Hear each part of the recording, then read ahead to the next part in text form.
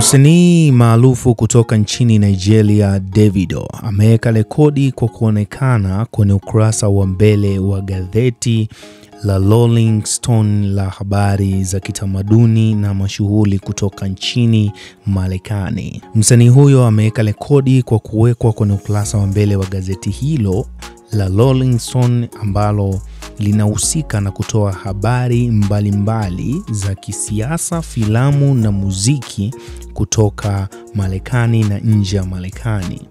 Msanii huyo Davido ameweka rekodi hiyo kwa kukaa ukurasa wa mbele kwenye gazeti hilo la Rolling Stone, ambapo mwanamuziki huyo kutoka nchini Nigeria ametangaza kuachia albamu yake ya 5. Gazeti hilo la Rolling Stone si rahisi kuandikwa ukurasa wa mbele wa gazeti hilo, ambapo hivi sasa ukurasa wa mbele wa gazeti hilo linaonyesha picha ya Davido kutoka Nigeria. Gazeti hilo la Rolling Stone kutoka nchini Marekani ambalo huwa linafanya interview na mijadala mbalimbali kuhusiana na vitu mbalimbali ambavyo vinatokea duniani, kama filamu ambazo zina trend na kufanya vizuri duniani, kama album za muziki ambazo zinafanya vizuri duniani, muziki ambao unafanya vizuri duniani, huwa wanafanya interview na uchambuzi mbalimbali.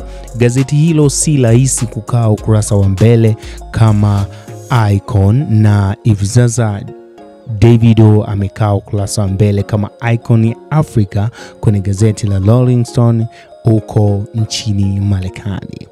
Davido amefanya vizuri sana, anaendelea kufanya vizuri, na ndio maana amepiga hatua ya kukaa ukurasa wa mbele kwenye gazeti hilo la Rolling Stone kutoka Marekani, ambapo Davido anaenda kuachia albamu yake ikiwa streamed live kwenye gazeti la Rolling Stone kutoka nchini Marekani kupitia TV na social media zake, itakuwa live kabisa. Davido kutoka nchini Nigeria anakwenda kuandika historia mpya kwenye ukurasa wa gazeti la Rolling Stone kutoka nchini Marekani.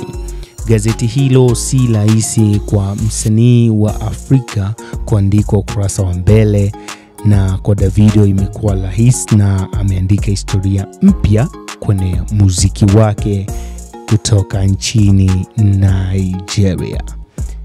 Hii ni GX Media, tuko kwa ajili ya kukupa updates na kupiga story mbalimbali.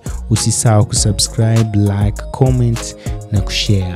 We educate, we entertain.